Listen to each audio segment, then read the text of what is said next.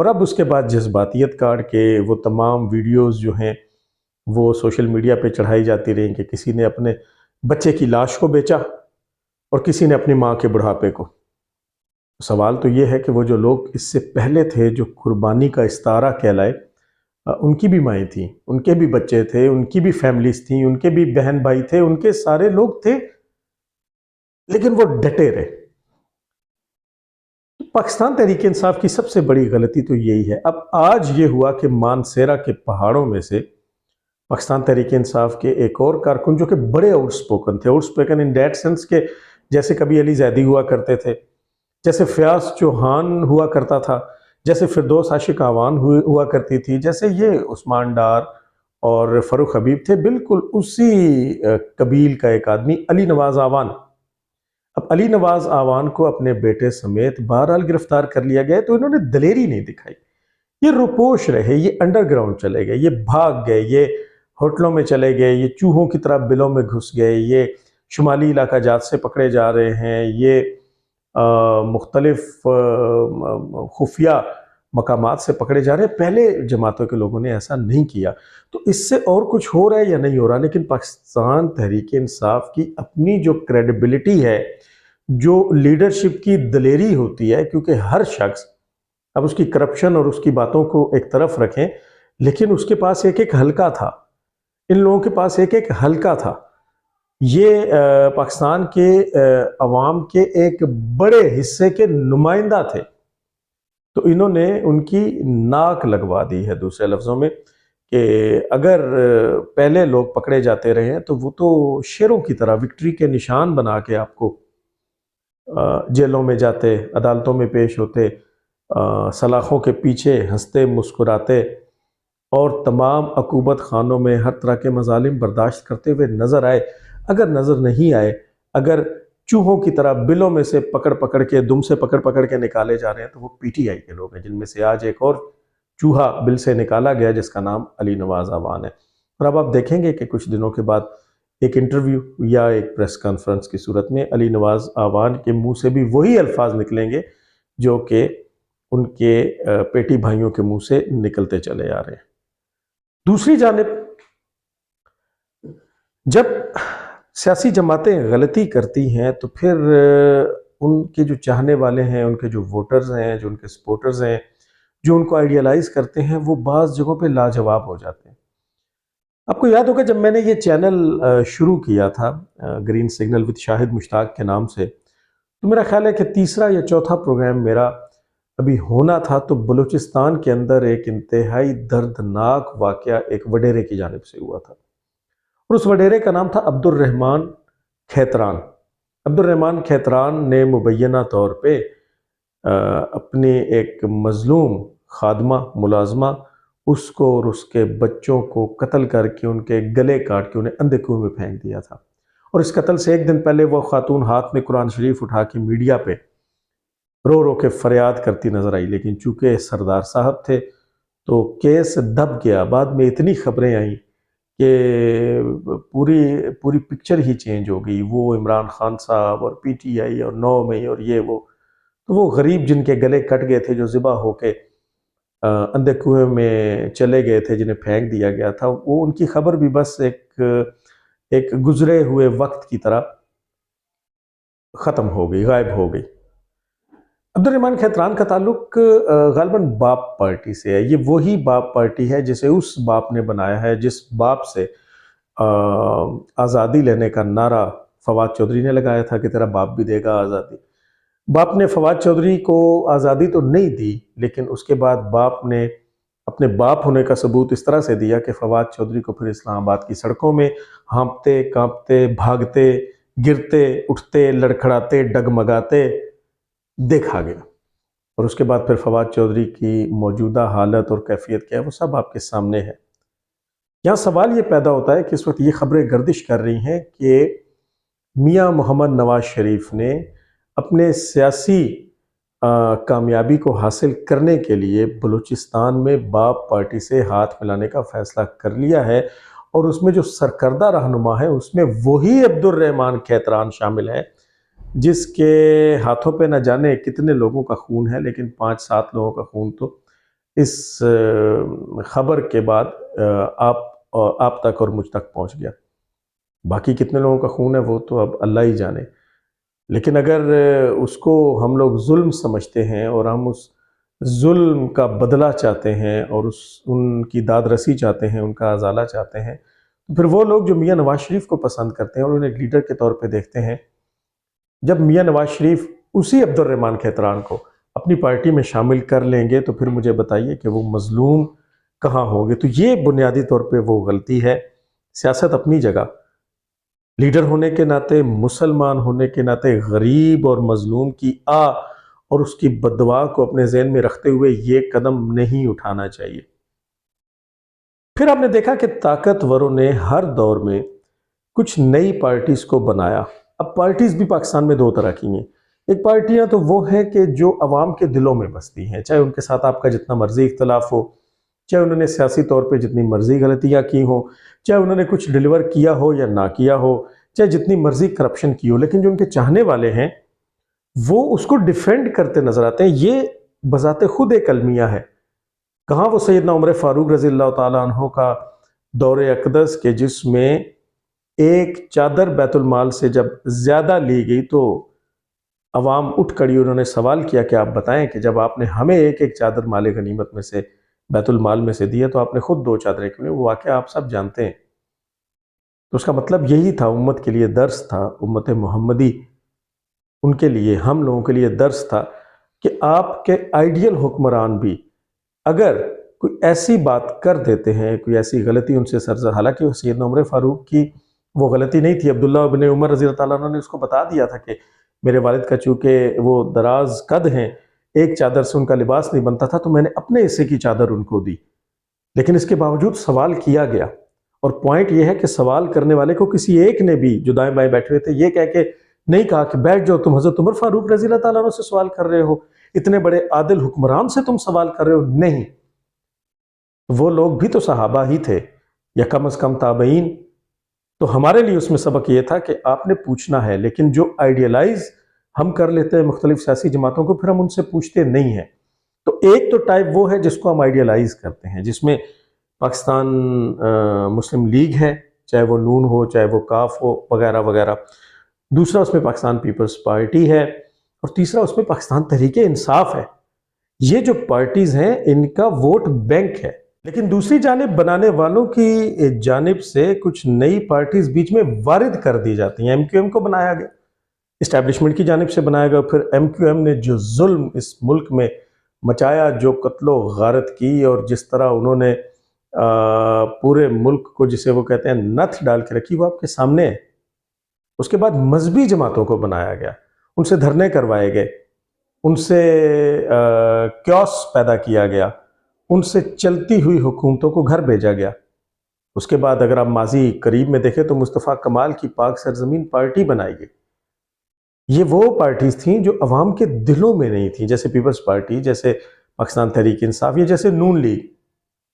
پھر اس کے بعد باپ پارٹی کا قیام عمل میں لایا گیا، اور اب موسٹ ریسنٹ جس پارٹی کا قیام عمل میں لایا گیا ہے، اس کو میں ہمیشہ اس کا نام بھول جاتا ہوں، آئی پی پی، استحکام پاکستان پارٹی۔ اب یہاں پہ یہ بات بڑی سمجھنے والی ہے کہ لوگ پارٹی کا ساتھ دیتے ہیں اس لیڈر کی وجہ سے جس کو وہ آئیڈیالائز کرتے ہیں۔ اگر آپ پیپلز پارٹی کا نام لیں گے تو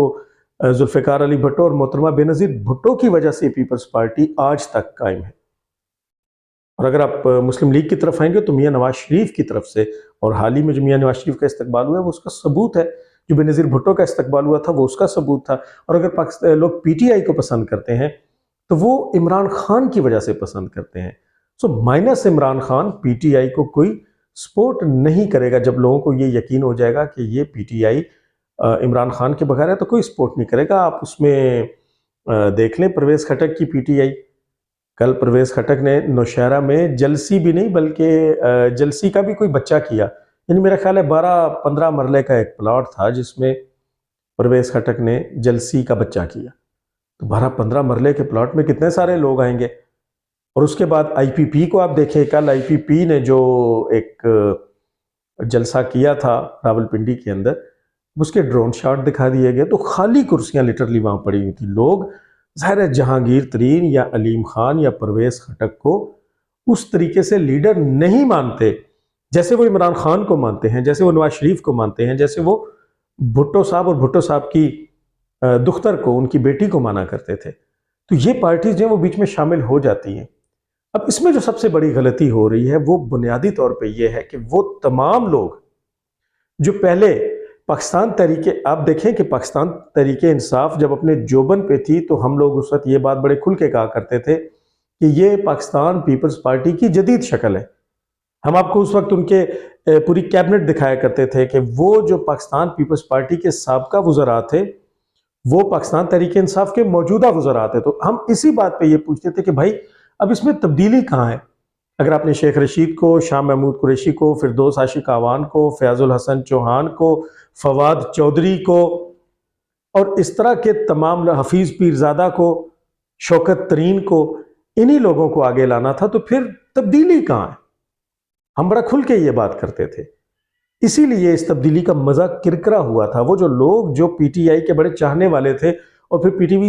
پی ٹی آئی سے پیچھے ہٹ گئے تھے، ان کی بنیادی وجہ یہ تھی کہ وہ کہتے تھے کہ اس میں تبدیلی نہیں ہے، یہ تو وہی الیکٹیبلز ہیں، اور یہاں پہ یہ تو صرف اینٹی نون لیگ ہے، اور پیپلز پارٹی کے لیے تو انہوں نے اپنی باہوں کو وا کیا ہے، اور وہ لوگ انہوں نے اپنے گلے سے لگائے، اور یہ وہ لوٹے تھے اور یہ وہ متروک لوگ تھے جنہیں عوام نے سابقہ الیکشنز میں ریجیکٹ کیا ہوا تھا، وہ آپ کو پھر پی ٹی آئی میں نظر آئے۔ انہوں نے پھر جو کچھ پی ٹی آئی کا حشر کیا ہے، عمران خان شاید اس کا خود اتنا قصوروار نہیں جتنے یہ شاہ سے زیادہ شاہ کے وفادار تھے۔ تو اب آئی پی پی میں کیا ہو رہا ہے؟ مطلب کہ آئی پی پی اگر بنانے والوں نے ایک سیکنڈ آپشن کے طور پہ بنانی ہی تھی تو یار اس کے اندر پھر فردوس عاشق اعوان، فیاض چوہان، اس کے اندر مراد راس، اس کے اندر فروخ حبیب، اور پھر اب آپ یہ دیکھیں، آپ کو معلوم ہے وہ واقعہ نا کہ یہ جو ابھی جو پی آئی اے کا برا حشر ہو گیا ہے، یہ سلسلہ کہاں سے شروع ہوا تھا؟ لوگ تو ایئر مارشل اے وی ایم جو عامر حیات صاحب ہیں، میں ذاتی طور پہ عامر حیات صاحب کو اس زمانے سے جانتا ہوں کہ جب میں پی ٹی وی میں تھا اور وہ کامرہ میں اسکواڈرن لیڈر ہوا کرتے تھے، اور میں نے پی اے سی کامرہ پہ جب ایک ڈاکیومنٹری بنائی تھی تو وہ میرے ساتھ تھے، انتہائی خوش اخلاق اور انتہائی ٹیلنٹڈ آدمی، لیکن آپ دیکھیں کہ ان کی سربراہی کے باوجود پی آئی اے کا جو حال ہے وہ کیا ہو چکا ہے۔ تو اس کا جو آغاز ہوا تھا اس کے پیچھے ایک شخصیت تھی، ایک کرپٹ آدمی تھا جس کی غلیظ شخصیت تھی، جس نے پی آئی اے کے پائلٹس کے بارے میں ایک جاہلانہ جھوٹا بیان دیا تھا، یہ تو جعلی ڈگری والے ہیں، اور اس بیان کی بنیاد پہ پی آئی اے کا بٹھا بیٹھ گیا تھا۔ بڑے بڑے ترقی یافتہ ملکوں نے پی آئی اے کی فلائٹس کو بند کر دیا تھا کہ آپ کے تو اپنے وزیر ہوا بازی یہ کہہ رہے ہیں کہ آپ کے پائلٹس کے پاس جعلی ڈگریاں ہیں، تو ہم یہ خطرہ مول نہیں لے سکتے۔ اور اس شخص کا نام، اس غلیظ کردار کا نام غلام سرور خان تھا، جو کہ کرپشن کی ایک داستان اس بندے کے ساتھ ہے، جنرل مشرف کے ساتھ سے لے کر عمران خان کے ساتھ تک۔ یہ جو اب رنگ روڈ پنڈی میں بننا شروع ہوئی ہے، اس کے آس پاس جو ہاؤسنگ سکیمز کے اسکینڈلز آئے تھے، اس میں بھی سب سے بڑا نام غلام سرور خان کا ہی تھا۔ تو پوری دنیا جانتی ہے، پورا پاکستان جانتا ہے کہ وہ جو پی ٹی آئی کے گندے انڈے تھے، جن کے پی ٹی آئی کے، میں لونڈے لپاڑوں کی بات نہیں کر رہا، میں پی ٹی آئی کے بھی سنجیدہ لوگوں کی بات کر رہا ہوں، وہ جو انگلی اٹھاتے تھے، وہ جو پارٹی کے اندر سے آوازیں اٹھتی تھی کہ یار اس گندگی کو ہٹایا جائے، جیسے فیاض الحسن چوہان تھا، جیسے فردوس عاشق تھی، جیسے ایون شیخ رشید، گویا اس کی پارٹی تو اپنی تھی لیکن وہ اتحاد انہی کے ساتھ تھا، شاہ محمود قریشی۔ تو وہ لوگ اس گندگی میں غلام سرور خان کا نام بڑا کھل کھلا کے لیتے تھے، یہ گندی مچھلی اس پورے تالاب کو گندا کرے گی، اور اس نے کیا۔ لیکن رونے کی بات یہ ہے کہ وہی غلام سرور خان اب استحکام پاکستان پارٹی میں شامل ہو گئے، تو کیا بنانے والے عوام کو بے وقوف سمجھتے ہیں؟ آپ عوام کو کیا سمجھتے ہیں؟ اگر آپ نے صرف P T I, Peoples Party کا نام ہٹا کے پی ٹی آئی لگانا تھا اور نیچے شکلیں وہی تھیں، تو اس کا نتیجہ آپ نے دیکھ لیا۔ اور اب دوبارہ آپ یہ غلطی کر رہے ہیں کہ آپ پی ٹی آئی کا نام ہٹا رہے ہیں اور آپ اس کے اوپر آئی پی پی کا نام لگا رہے ہیں، اور نیچے شکلیں وہی ہیں۔ یہ کوئی توبہ طائب کیے ہوئے لوگ نہیں ہیں، لیکن اس کے باوجود آپ دیکھیں کہ انہیں دھڑا دھڑ شامل کیا جا رہا ہے، تو اس کا انجام بھی وہی ہوگا۔ یہ ریت کی دیوار ثابت ہوں گے۔ میاں نواز شریف کا عبد الرحمان کھیتران کو اپنے ساتھ اگر ملا لینا ہوا اور پھر آئی پی پی میں اس طرح کے لوگ ہوئے، تو مجھے بتائیے کہ آپ روشن مستقبل کی ضمانت کہاں سے دیں گے؟ وہ جو عوام کو آپ سٹیج پہ کھڑے ہو کے بڑے بڑے خواب دکھا رہے ہیں، وہ کیا ان لوگوں کے ساتھ دکھائیں گے؟ نہیں دکھا سکیں گے۔ اس کے علاوہ جناب کچھ ہوش ربا تفصیلات سامنے آئیں۔ جب ہم کہتے تھے تو برا لگتا تھا، لیکن اب تو زمان زد عام ہے۔ فرح گوگی، فرد شہزادی، احسن جمیل گجر کی بیوی، جس نے تقریباً 550 ارب روپے کے کرپشن کی داستانیں سامنے آئی ہیں۔ اور مزے کی بات یہ ہے کہ آج وہ خبر جو ہے اور وہ جو اس کی ڈیٹیل ہے اور اس کے جو کاغذات ساتھ لف کیے گئے ہیں، وہ سارے چینلز پہ ایک ہی دفعہ چاہے منصور علی خان نے اپنے ولاگ میں بڑا کھل کے کہا کہ جناب ہمیں یہ بتائیے کہ فرد شہزادی کی جو کرپشن ہمیں تو پتہ تھی، ہم تو پہلے سے بتاتے تھے، اب اگر ڈاکیومنٹڈ ہو کے سامنے آئی ہے تو لائی کس نے ہے؟ کریڈٹ کس کو جائے گا؟ وہ سٹوری کا باپ کون ہوگا؟ کس کی سٹوری سمجھے؟ اور اگر کسی کی سٹوری نہ سمجھے تو پھر کیا ان لوگوں نے لائی ہے کہ جو یہ سب کچھ جانتے تھے، وہ جو طاقتور ہیں؟ بہرحال جو بھی ہے، لیکن یہ بات تو سچ ہے۔ میں فرد شہزادی اور فرح گوگی کو تو ڈیفینڈ نہیں کر رہا، وہ تو موسٹ کرپٹ عورت ہے، لیکن آج اس کی کرپشن کی داستانیں بھی سامنے آ گئی ہیں۔ مگر مسئلہ وہی ہے کہ اگر آپ نے قاتلوں کو نون لیگ میں لانا ہے، اگر آپ نے چوروں ڈکیتوں کرپٹ ہونے والوں کو آئی پی پی میں لانا ہے، جیسے آپ نے انہی کو، اگر عمران خان خود بقول یوتھیوں کے صاف ستھرا آدمی تھا تو اس کے نیچے آپ نے ساری پیپلز پارٹی کے فارمر ایکس لوگ بٹھائے ہوئے تھے، اور آج آپ کا یہی حشر ہوا۔ تو اب آپ دیکھتے ہیں کہ یہ لوگ تو بہادر بھی نہیں نکلے۔ یہ کیوں بہادر نہیں نکلے؟ بنیادی طور پہ اس لیے بہادر نہیں نکلے کہ یہ فصلی بٹیرے تھے، یہ لوٹے تھے، یہ بھٹو صاحب کی طرح، ان کے ساتھیوں کی طرح نظریاتی لوگ نہیں تھے، یہ میاں نواز شریف کے قریبی ساتھیوں کی طرح نظریاتی لوگ نہیں تھے، یہ لوٹے تھے۔ ان سے تو ایک ڈنڈا، ایک جوتا، ایک چپیڑ برداشت نہیں۔ اور پھر شیخ رشید، کون نہیں جانتا شیخ رشید کے بارے میں، وہ کس قبیل کا آدمی ہے۔ فرح شہزادی کی 450 ارب روپے کی کرپشن مبینہ طور پہ سامنے آئی ہے، جس میں اس کی بہت سی کمپنیز ہیں، بہت سے ہاؤسنگ سکیمز میں بھی اس کے شیئرز ہیں، اس کی بہت سی خفیہ جائیدادیں ہیں، چکری میں بھی اس کی زمین سامنے آئی ہے، بہت سی فارماسیوٹیکل کمپنیز بھی سامنے آئی ہیں، بہت سی زرعی آلات کی کمپنیز بھی سامنے آئی ہیں۔ اور مزے کی بات یہ کہ ایک جگہ مانیکا انٹرپرائزز، وہی بشرا بی بی کے سسرالیے، بشرا بی بی کا خاون نمبر 1 خاور مانیکا، ان کے ساتھ بھی شیئرز ہیں۔ تو یہ کرپشن کی ہوش ربا داستان ہے۔ میں نے جیسے اپنے پچھلے ویلاگ میں بھی عرض کی تھی کہ اب دونوں طاقتور، وہ